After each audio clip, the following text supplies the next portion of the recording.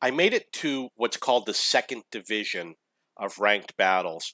And I made it to Shield 3. And I actually made it here very easily once I figured out how to play. And I'm going to explain to you what I did real quick. So first what I was doing is I was going to my tier 10 tanks and I was just randomly playing tanks. So I'm going to play a heavy tank, I'm going to play a tank destroyer, I'm going to play a light tank, etc., etc., etc. I was getting clobbered in the light tanks and I wasn't getting anywhere. My win rate was like 33%. I kept going up and down and up and down and up and down and up and down. And then I said, you know what? I'm going to play light tanks. I'm going to focus on one tank. I optimized it. I killer optimized it. I'm going to show you how I optimized it. When here, light tank, tier 10. I've got 2. I'm getting better performance with this tank. I used food. You got to have the health kit because your crew gets killed all the time. I use directives. Either I will use a natural cover or the focus on target because this will give you more experience. Duty comes first, gives you more experience. I changed my crew. I added call for vengeance. You don't, camo is the last thing you want. You want to focus on anything that gives you experience, which spots, gives you additional spotting. Let's see if there's anything here. You want to make sure you have designated target and not deadeye. Designated target is the one for spotting. Okay, so I went through and I optimized all that. With this particular tank, I'm using the experimental optics and the vents and whatever else. Unfortunately, the spotting range is relatively low compared to all the other tanks. And when I did this, I breezed through ranked battles. I won, and even though we're going to show you how my service record, we're going to go to, is it statistics? No, vehicles, and then we're going to look at ranked battles and look at how my win rate is really not that good. You can see over here, these are the tanks that I won ranked battles with, 45% and 43%. But the reason why I advanced is because even when I lost, I was a top player. And when you lose and you're a top player, you get chevrons.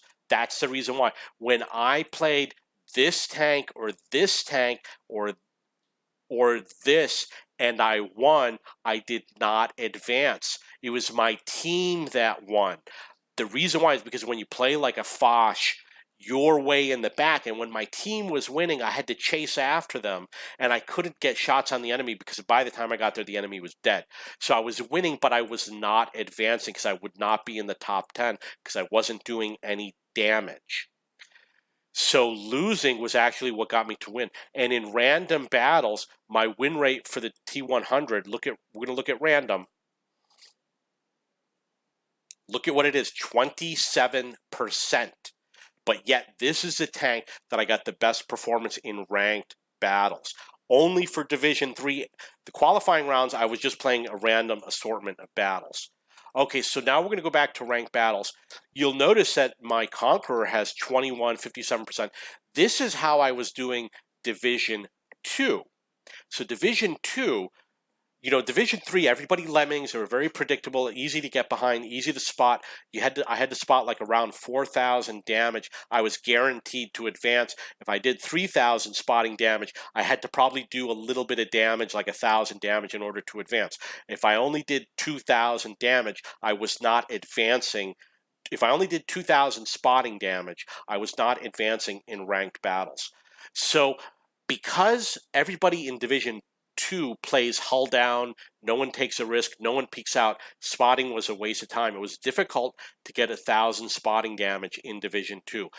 But the enemy was playing hull down and they were always bunched up behind the same hill. So I played SPG and I was always hitting 4 or 5 tanks with one shot or 3 at a time. It was easy to hit targets, and that's why I was easily advancing through Division 2. Unfortunately, by the time I figured all this out, the rank battles for this month was over, and I do take days off. I don't play every day.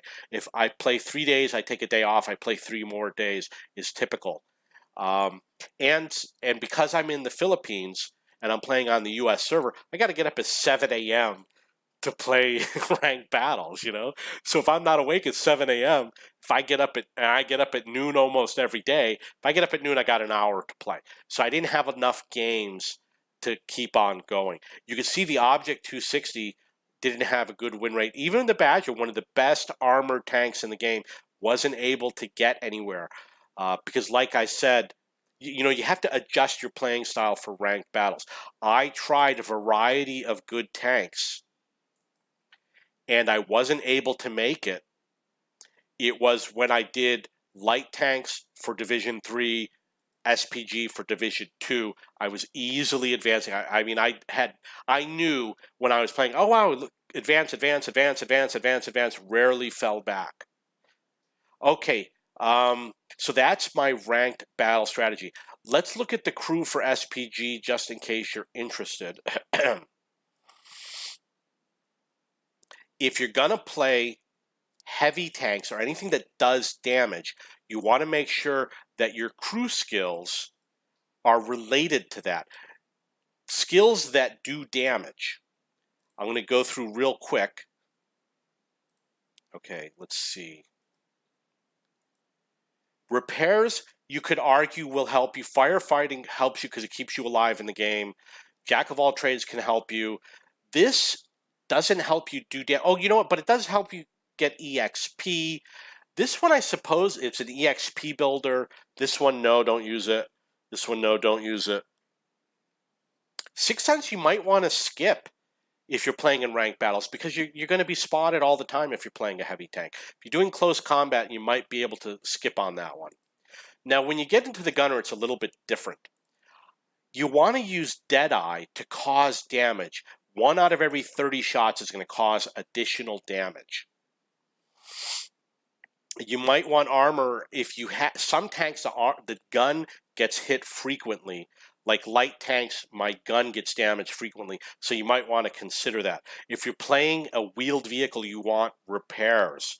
The snapshot, basically what it does is the bloom, it makes you aim less aiming time when you use that. I'm gonna go over here real quick. Maybe you might want to pass on things like clutch braking and the off-road driving and get preventative maintenance so you don't catch on fire. And you might want to even pass on camo if there's a lot of people that play heavy tanks that don't use camo. I happen to do it. Firefighting will not prevent you from taking fire damage. It will reduce it. You'll still lose 20% of your hit points if you catch on fire and you have 100% firefighting. There's a video that I have that shows it. Controlled impact, if you believe you get rammed off, and maybe if you're playing medium tanks or SPGs, you might want this. It will save you some hit points, and it will increase the amount of EXP you get because you will be doing damage to enemy tanks when they crash into you.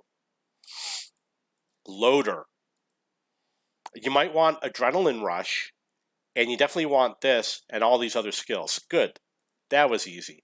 And the radio guy, let's see who has radio. Does he have radio? He has radio here. This earns situational awareness, can earn you EXP. Call for Vengeance can earn you EXP. These other two do not. They're primarily for grand battles. These two are useful. If you're an SPG, if you're an SPG or light tank, you want signal boosting. If you have a lot at the beginning of the game, you use relaying. At the end of the game, signal boosting. Signal boosting is when there's fewer tanks on the field. Relaying is when you have more tanks on the field because it increases everybody's range. This increases an individual range. Grand battles might be useful in frontline, but unfortunately in frontline, the SPG might not have the range to hit what you spot because it's a 9-kilometer map. I'm really not sure. I don't know if I played SPG in frontline. I really don't remember if I have. Okay, so the other thing is, check your depot, go over here to equipment. Look what I got over here. I've got innovative loading system. I didn't buy this. I won it and forgot about it. The only reason why I have it in my depot is because I haven't decided yet what tank I'm going to put it on. You have to pay 200 bonds to demount it. So decide wisely what tank you're going to put it on. You're either going to put it on a premium tank that you love, or you're going to put it on a tier 10 tank that you love. So like I said, I haven't decided yet. It's good for an SPG because you want the reduction from whatever tank has the greatest load time. Which one is that? It is the Bat Chat right over here. This has like a 60-second load time, and it's a fun tank to play. However, because it's an autoloader, it's possible that this might not support a gun rammer. So I don't think autoloaders, we can look over here. You see under load, rate of fire, I don't see gun rammer. So you have to decide which do you think is that killer tier 10 tank. I'm going to go through my garage. I'm going to show you my tier 10 tanks. I'm going to look at everything, and I'm going to tell you which one I think. Object 260 is a candidate. Maybe an American tank destroyer or heavy tank. You're going to look at the one that has the highest penetration. This one's 295. This one is 258. So obviously the E4 is more important. The Badger is a candidate for the gun rammer. This is a candidate for the gun rammer because I believe it has a long reload, and I love playing it. Let's see what rate of fire is. 28 seconds. So the gun rammer might end up on that tank. The Foch, I don't think, has a gun rammer. However, I absolutely guarantee you, because it's an autoloader, if I had the ability to put a gun rammer on the Foch, I would have put it on the Foch. That's a tank that I love to play. This is my favorite, tier 10 tank when I want to play for fun, have a casual game. And when I say play for fun, I mean, I'm watching TV, chatting with my friends, just hanging out, not really too focused on the game, hanging out in the back, not, my hands are a little sore from playing, that's it. This I would also consider, that's why I put this and this directive. Let's look at rate of fire. You can put the gun rammer on this. The reason why is because this is a fun tank to play. The problem is, I believe it was nerfed a while ago, because when they come out, they make it an amazing tank, so people will play it. And then like 6 months later, they nerf it so that it's no longer amazing. If you want to get the best gameplay, you have to play it when it first comes out. I never get the tanks when they first come out. So by the time I'm playing, it's been nerfed. It's not as great. The performance goes down, less justification for these types of gun rammers. So this is really one of the top candidates. However, I am soon to get this tank, which is also amazing. And I have played it before on the sandbox. If you look at my frontline sandbox, I believe it's from 2017, you can see me playing it. I would like to give this a shot for a gun rammer, because this is a great tank to play. Okay, so those are my thoughts. If you have any questions or comments, please post below. And of course, feel free to tell me how everything I said is completely wrong and I understand nothing about the game.